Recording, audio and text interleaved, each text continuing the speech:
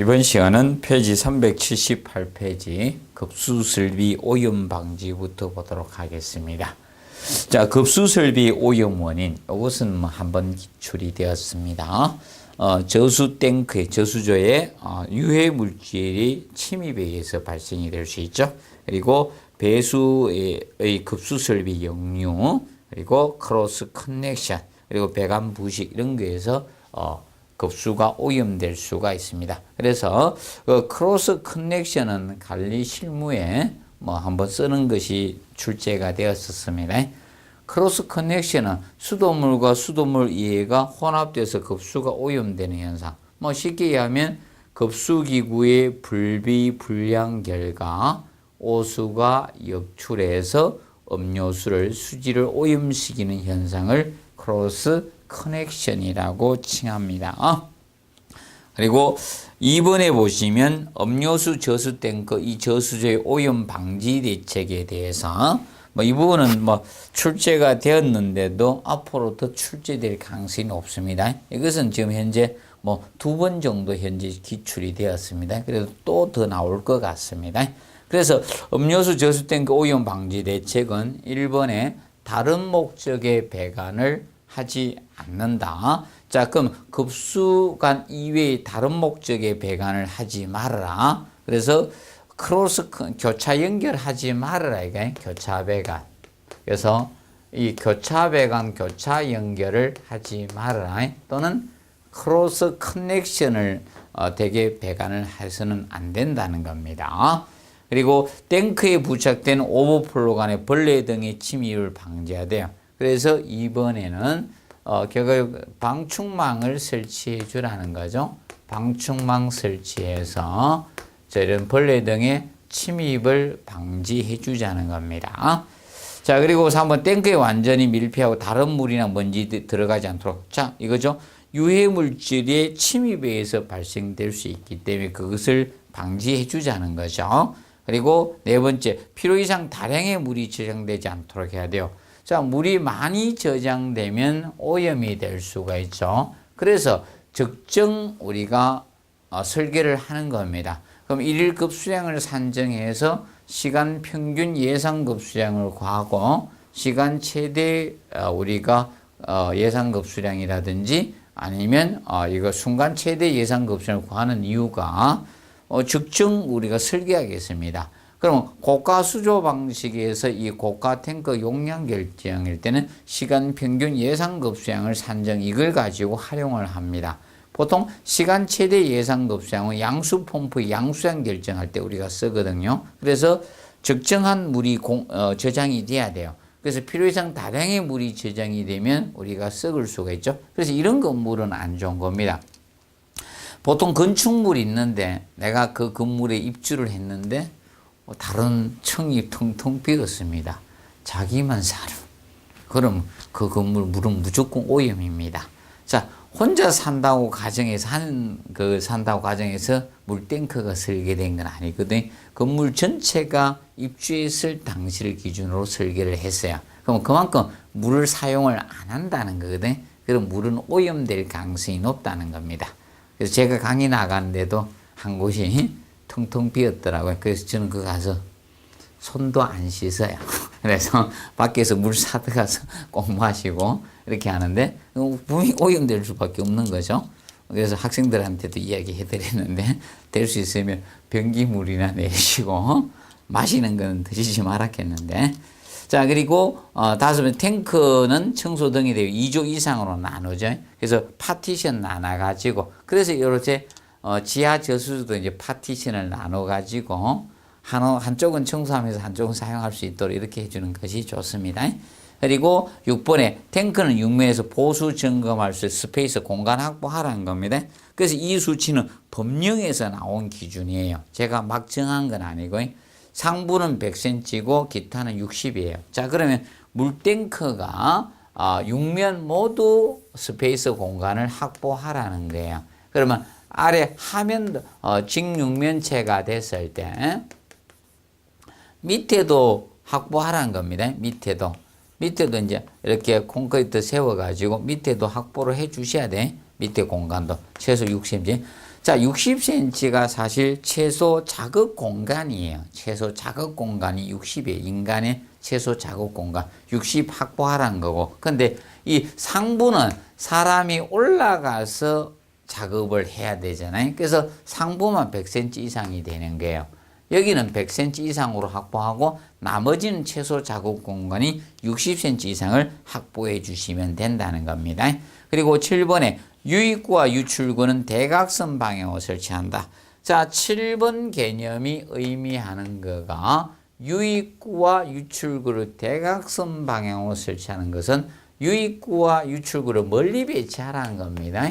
유입구와 유출구를 갖다가 유출구 이것을 멀리 배치를 해서 가까이 배치하면 안 된다는 것은 멀리 배치해서 물의 정체입니다. 물의 정체에 따른 수질 오염을 방지하자는 거다.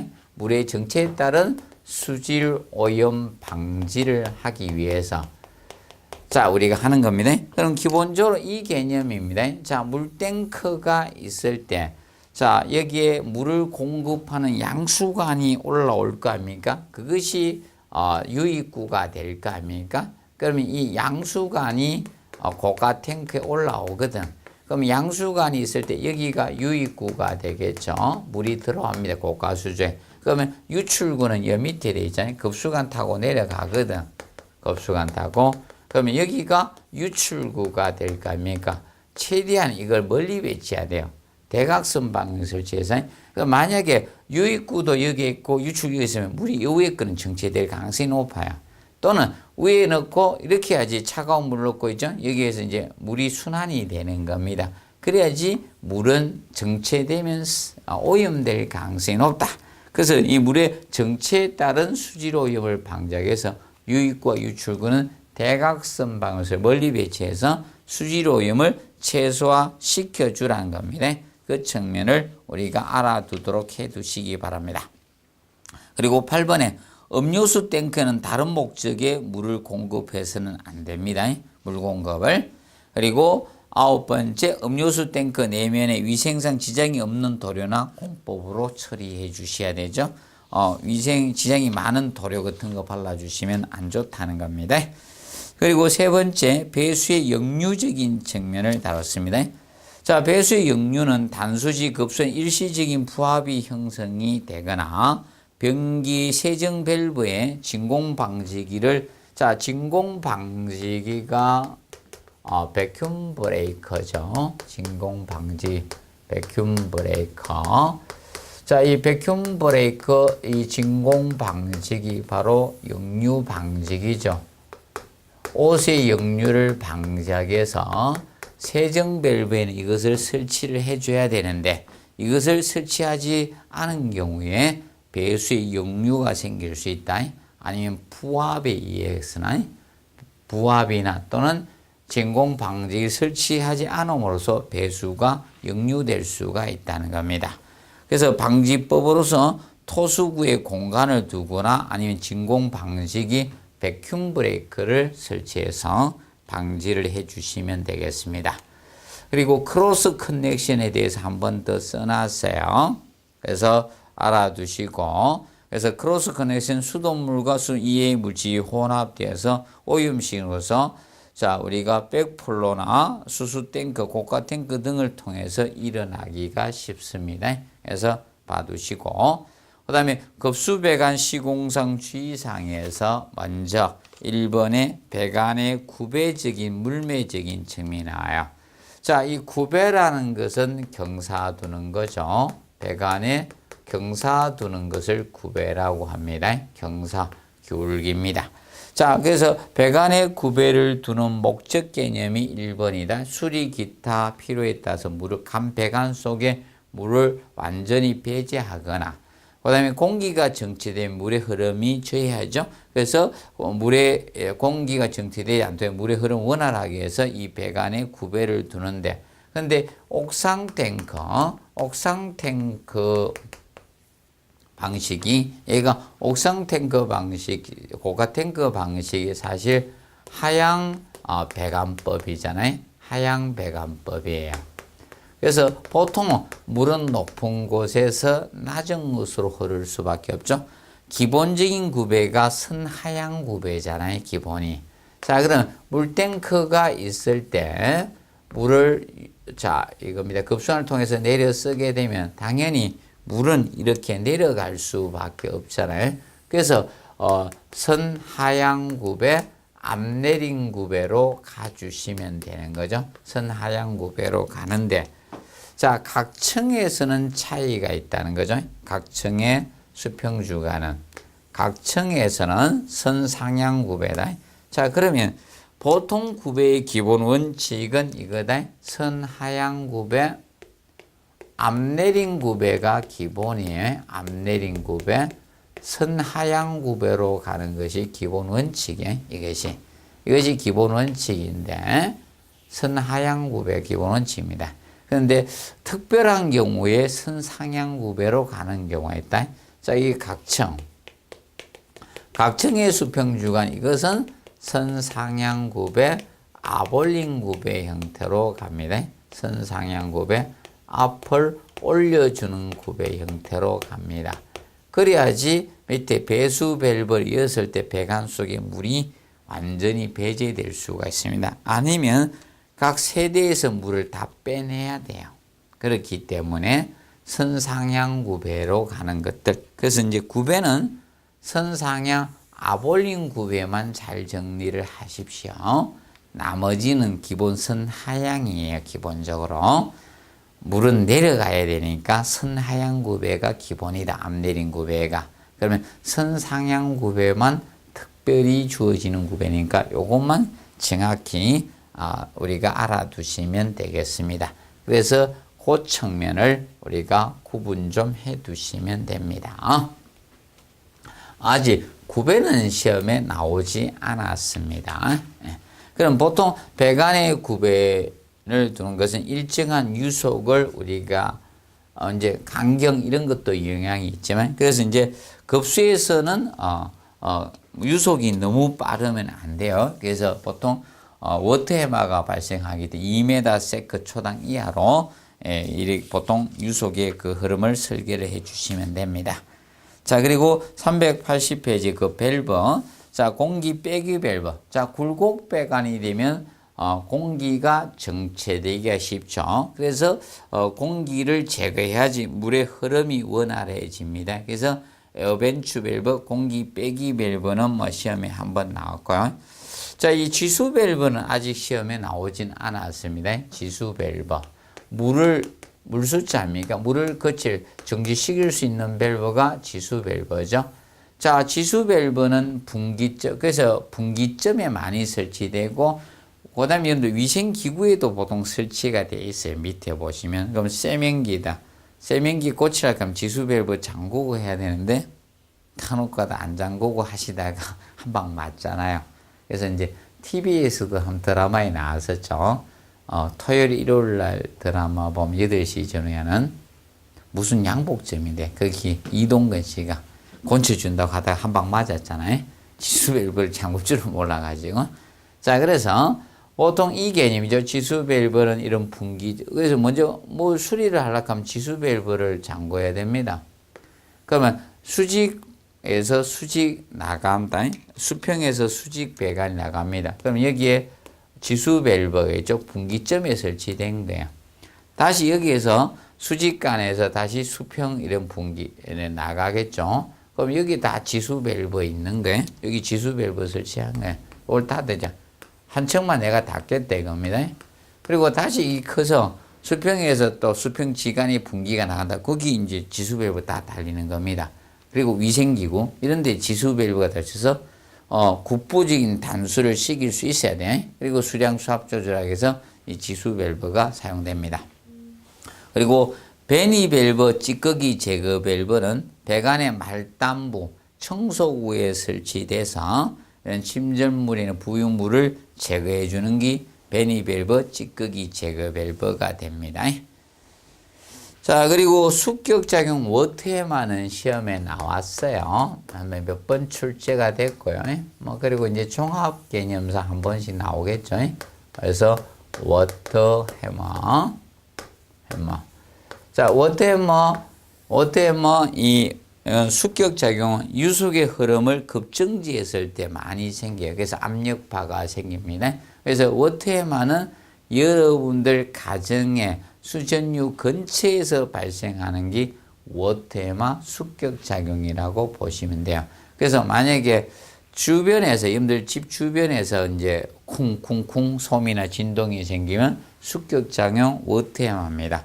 그래서 유속의 흐름을 급정지해서 생기는 거예요. 이것은 유속의 흐름을 급정지해서 충격음이 생기는 거죠. 급정지해서 바로 이 워테마 숙격작용이 압력파에 의해서 이런 이상 압력에 의해서 숙격압이 생기죠. 이것을 숙격작용 워테마라고 칭합니다. 자, 그럼 워테마 이 숙격작용은 그래서 원인이 어떻게 생겨요? 원인이 하죠. 플러시 밸브 수전류를 급격히 열고 닫을 때 일어나기 쉽습니다. 그러면 방지 대책은 서서히 여닫고 잠그시면 돼요. 그리고 간격이 적을수록 숙격작용은 잘 생깁니다. 그럼 간격을 크게 해주면 돼요. 방지 대책은 유속이 빠를수록 생기기 쉽습니다. 그래서 유속은 급수에서는 2m 이하로 설계해야 돼요. 세컨초당. 워테마를 방지하기 위해서 2m 이하로 우리가 최대한 설계를 해 주셔야 돼요. 그리고 수압이 클수록 생기기 쉽습니다. 그래서 급수 조닝을 해서 수압을 좀 낮춰줘야 돼요. 적정 압력으로. 그리고 굴곡계소가 많을 때 생겨요. 될 수 있는 배관은 직선 배관으로 설계하는 것이 좋습니다. 그리고 가마 밸브 사용하다 보니까 압력을 줄여주는 밸브예요. 자, 고층 건물이다 보니까 지하 저수정을 펌핑해서 이렇게 올렸잖아요. 올려가지고 이래서 내려 쓰는데 그 밑에가 수압이 커지니까 밑에 저층 부분이 여기에다가 가마 밸브를 설치하는 거야. 여기에다가 압력을 줄여주는 가마 밸브를 사용하면요. 그러면 위에는 압력 커지 밑에 적으니까 이 압력 차이에서 여기에 숙격작용 워테마가 발생이 됩니다. 근데 최근에 우리가 이 가마 밸브 숙격작용 방지용 가마 밸브들이 나오고 있습니다. 기억을 해 두시면 되겠습니다. 그래서 이제 방지 대책은 반대로 하면 되겠고, 그래서 이제 4번, 5번이 기구류 가까이에 그 충격 압력을 흡수할 수 있는 공간이 설치되면 된다는 겁니다. 그래서 공기실, 에어챔버나 워테마 방지기를, 숙격 방지기를 설치해 주면 됩니다. 그래서 기구류 가까이에다가 그래서 공기실을 설치하거나, 공기실은 에어챔버죠. 에어챔버. 그래서 공기실 설치나 아니면 숙격 방지기, 워테마 방지기 합니까? 방지기 설치해서 그 충격압을 흡수할 수 있는 공간을 만들어 주자는 겁니다. 그리고 3번에 이 슬리버 개념은 관리 실무에 나와서 슬리버 쓰는 거, 간통 배관. 바닥이나 벽을 간통 배관할 경우 콘크리트에 미리 이 슬리버를 넣어두죠. 철간인 슬리버를 넣어두는데, 이 슬리버는 아파트의 적으로 보시면 된다. 옥내 옥외에, 옥에다가 에어컨 실외기를 두고 옥내에 실외기를 두죠. 그럼 배관이 간통해 가야 되잖아요. 그래서 미리 철간을 묻어 놨습니다. 그것을 슬리버라고 칭합니다. 그리고 방동 방로 피복. 자, 방동 방로 피복은 겨울철에 이 동파를 방지하기 위한 피복이 방동이고, 방로는 여름철에 결로를 방지하기 위한 것이 방로 피복이에요. 그러면 방로는 여름에 간 속에 차가운 물이 가니까 간 주변에 이 결로가 생기죠. 그럼 물이 뚝뚝뚝 떨어질 수밖에 없죠. 그래서 이런 방로 피복. 그래서 보통 방로 피복은 여름철에 결로를 방지해 천장 속의 배관들이 방로 피복 개념이 된다라고 보시면 됩니다. 그리고 수압 시험은 이 배관 공사가 완료가 되면 배관공사 완료가 되면 우리가 수압시험을 먼저 하셔야 돼요. 수압시험을 하고요. 그래서 사람도 배 수술하게 되면 압력 테스트 하고 나서 뭐 주죠? 방귀 뀌어야 되잖아. 방귀 뀌어야지 뭐 주죠. 그거 같이 수압시험을 하고 나서 오케이 되면 이렇게 피복공사에 들어가는 거야. 그러면 피복공사 전에 수압시험은 이루어져야 된다. 그 압력 이런 걸 외우실 필요는 없고 그 절차 개념상 정리를 해 두시면 되겠습니다. 자, 그리고 382페이지 보시면 자, 상향식 배관법과 하향식 배관법의 개념을 간단히 비교해 주시면 자, 상향식 배관법의 것은 위에 보시면 상향식 배관, 일반 배관법들이 상향식 배관법이 돼요. 그리고 그 밑에 그림상 하향식 배관법 나오죠. 자, 그러면 상향식 배관법과 하향식 배관법.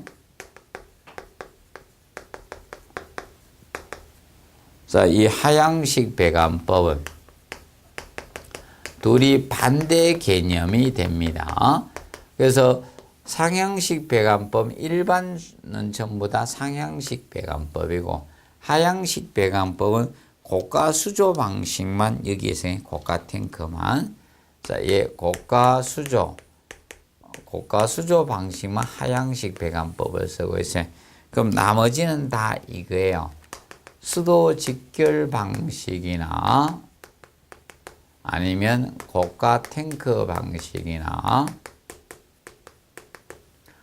압력 탱크 방식 이 세 가지는 상향식 배관법을 쓰고 있습니다.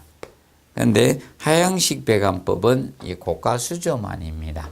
그러면 우리가 일반적인 이 하향식 배관법의 경우는 수압이 일정해요. 수압이 일정한 반면에 그래서 수압이 일정한 방식이 바로 하향식 배관법에 일정합니다. 그 반면에 얘는 수압이 일정하지가 않습니다. 수압이 일정하지 않아요. 불균일합니다. 그래서 이제 이 하향식 배관법의 장점은 이거죠. 수압이 일정하다는 거. 이게 장점이에요. 이게 장점이고 그다음에 하향식 배관법의 단점은 자, 최상층 천장 속에 수평 배관이 가고 있습니다. 그렇다 보니까 일반적으로 저것이 점검이나 수리가 불편하다는 거야. 점검이나 이런 수리가 불편한 것이 하향식 배관법의 단점이에요. 그 반면에 상향식 배관법은 수압이 일정하지 않다는 게 이것이 서로 반대가 되니까 단점이네. 근데 상향식 급수법의 장점은 바로 점검 수리가 용이하다는 거예요. 용이하다는 장점을 가지고 있습니다. 그래서 두 가지를 간략히 비교 학습을 해 놓으시기 바랍니다. 기억을 해 두시고요. 자, 그 다음에 그 헤드 급수 방식이죠. 헤드 급수 방식은 자, 383페이지 그림과 같이 이렇게 급수 헤드 분배기를 통해서 이렇게 나누어 주는 거예요. 그러면 여러분들 이런 형태가 어디 있는가 하면 저거잖아요. 난방에서 보시면 싱크대 밑에 보시면 이렇게 돼 있죠. 거실, 침실 1, 침실 2 이렇게 쭉 나갑니다. 이런 형태가 헤드 급수관 방식이다 보시면 급수도 이렇게 공급해 주는 게 헤드 급수 방식 개념이 돼요. 자, 그러면 이것을 쓰게 되면요. 우리가 알아두실 것이 저것이 좋겠죠. 각 기구별로 이렇게 들어가 보니까 동시에 사용해도 유량 변화가 적은 거예요. 균등이 잘 돼요. 근데 헤드 급수 방식을 안 쓰면 누구는 쓰고 누구는 안 쓰면 이 물의 양이 팍팍 차이가 날 수밖에 없죠. 그래서 특히 2번을 알아두시고요. 특징에서 2번은 꼭 한번 알아두십시오. 그리고 연결 부위가 이건 하나하나 이렇게 쭉 빼주기 때문에 연결 부위는 좀 적죠. 시공 효율은 좋습니다. 그거 한번 정리해 놓으시고요. 그 다음에 384페이지 내용은 급수설비 설계 유의사항을 앞의 내용을 다시 한번 더 언급을 해 놓은 부분입니다. 한번 읽어 두시기 바랍니다. 그리고 이제 급탕설비적인 측면을 다뤄보도록 하겠습니다. 389페이지 급탕설비. 자, 이 급탕설비는 뜨거운 물을 공급해 주는 설비가 급탕설비죠. 급탕설비. 자, 급탕기초에서 물의 팽창과 수축 개념이 나옵니다. 자, 물은 4도씨 물이 1기압하에서 보통 제가 했겠죠? 기준이 된다 했겠죠? 그래서 이 밀도는 최대에 놓고요. 부피가 최소가 되는 게 4도씨 물을 기준 잡았죠? 보시고, 그 다음에 그래서 이제 순수한 물을 0도씨 물을 얼게 되면 약 9%의 최적 팽창이 생기고, 4도씨 물을 100도씨에 끓이면 약 4.3% 최적 팽창이 생겨요. 근데 100도씨 물이 100도씨 전기로 될 때 약 1700배 팽창이 생깁니다. 그러면 물의 팽창을 흡수해 주기 위해서 사실 이런 팽창 탱크와 같은 안전장치들이 필요하게 되는 겁니다. 물의 팽창은 이미 시험에 나왔다 했죠. 그리고 열량은 어떤 물질 1kg을 1kg 올린이 필요한 열량을 비열이라 하고, 그래서 비열의 단위는 이걸 쓰고 있죠. 킬로줄, 열량의 단위인 킬로줄 퍼 킬로그램 개. 어떤 물질 1kg을 1kg 올린이 필요한 열량. 과거의 열량 단위하고 공학 단위하고 틀리죠.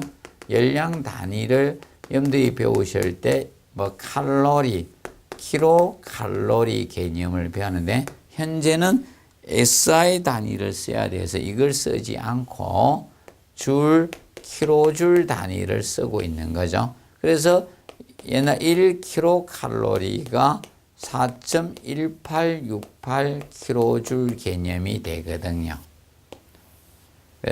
68이라 했는데 그것은 1868 킬로줄인데, 그래서 약 따지면 4.2로 하든 4.1로 하든 4.2 킬로줄에 해당이 되는 게 1킬로칼로리가. 그래서 현재 단위는 킬로줄 단위를 써야 됩니다. 열량 단위를.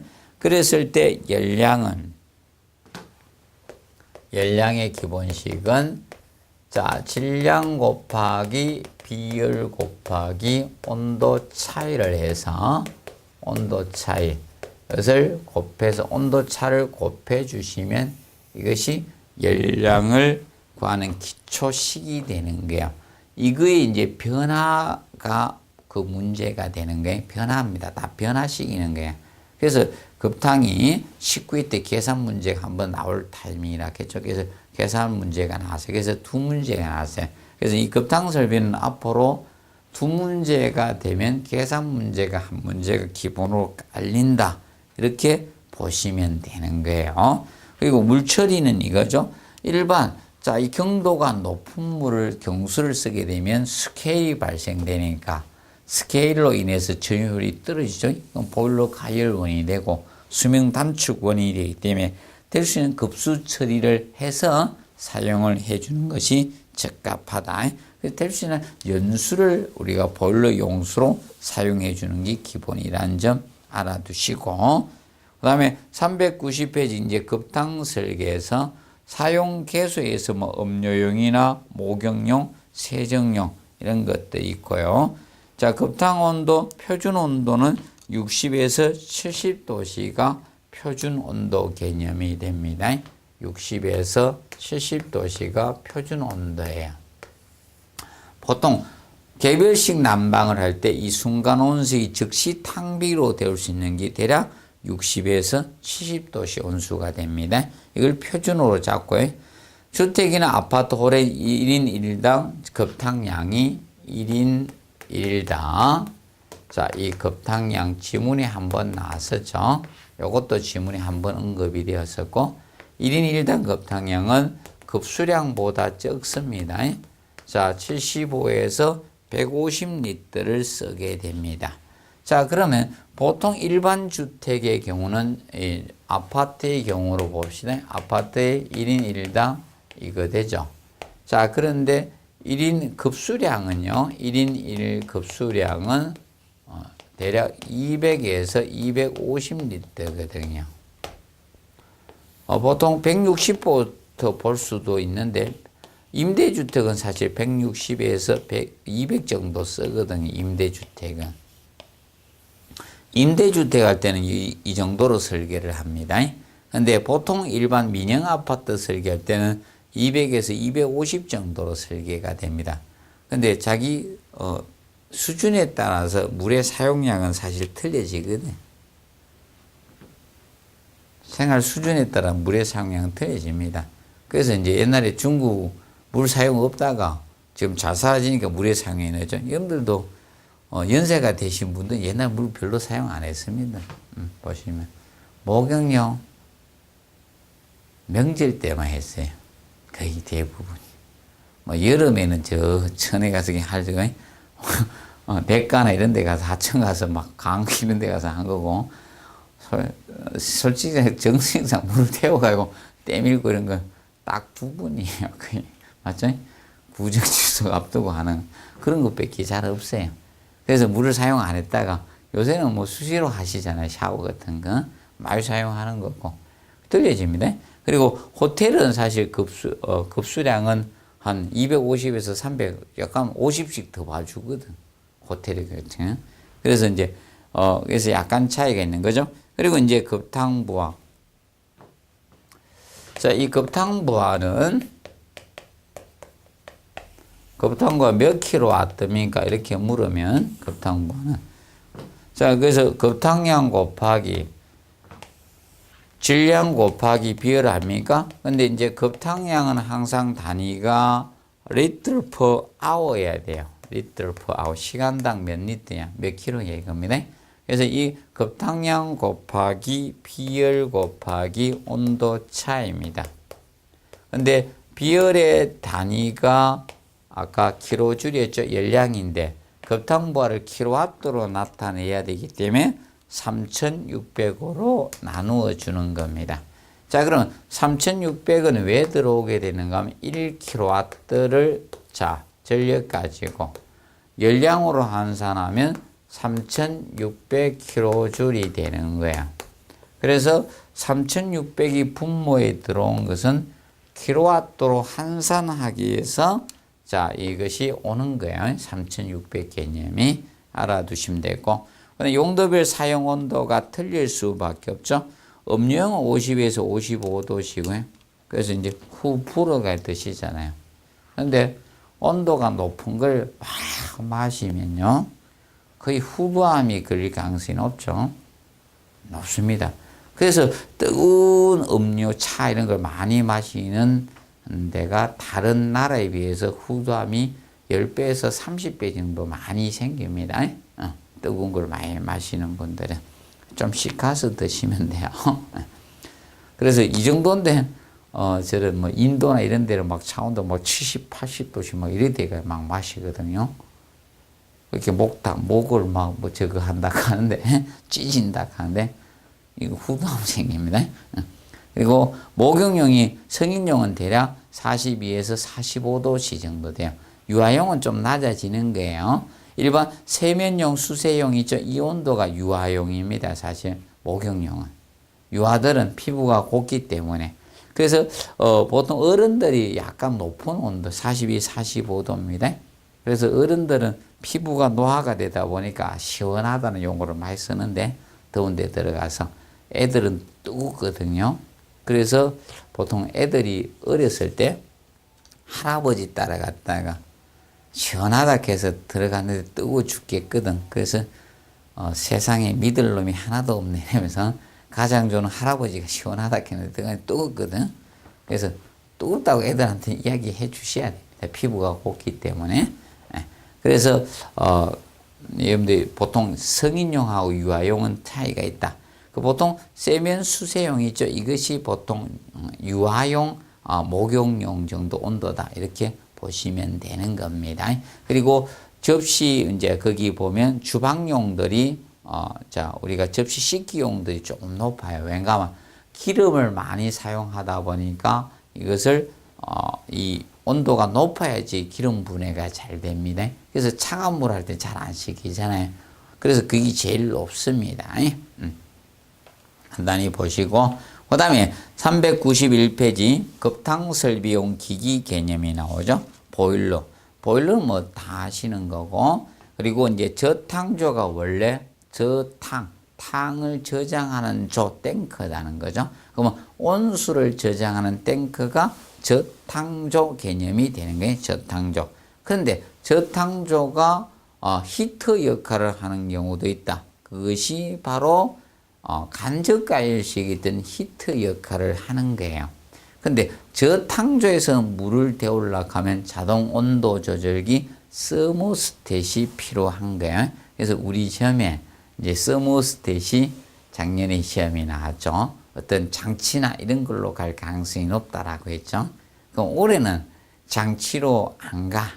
종합으로 갈 가능성이 높지 않겠느냐. 이렇게 봅니다. 올해는 종합적인 문제가 될 가능성이 높다.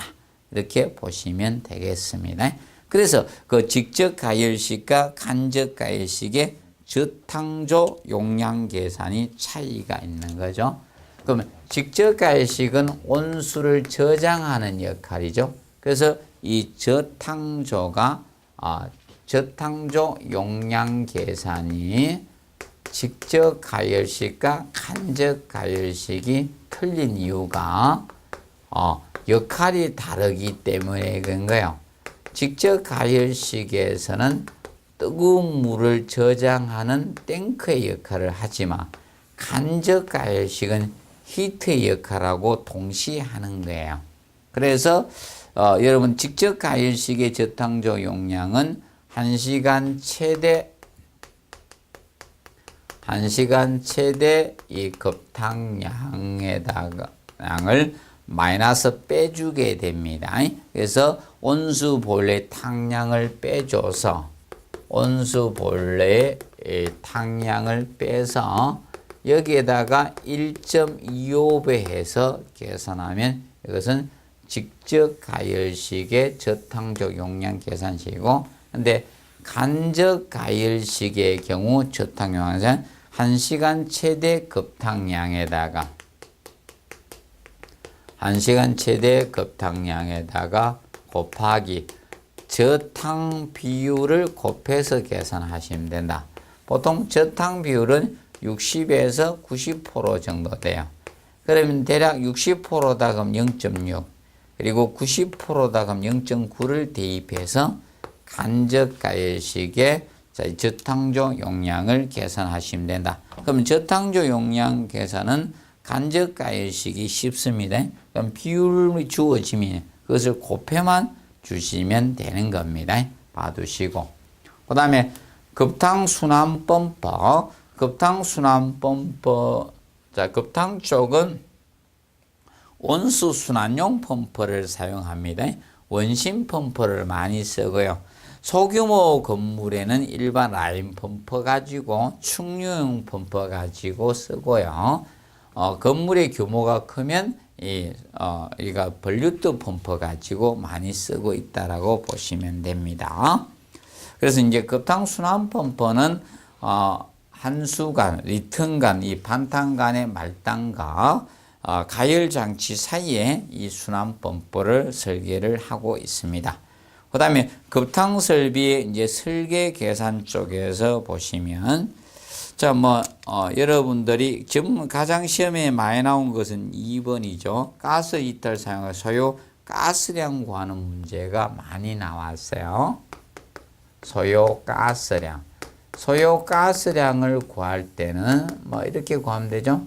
급탕량은 항상 단위가 리터 퍼 아니, 급탕량 곱하기 비열 곱하기 온도 차이를 하셔가지고, 그럼 이게 들어간 열량 아닙니까?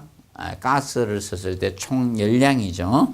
이 열량을 갖다가 나누어 주시면 된 겁니다. 그러면 보통 저거 가지고 나누어 줄 수밖에 없죠.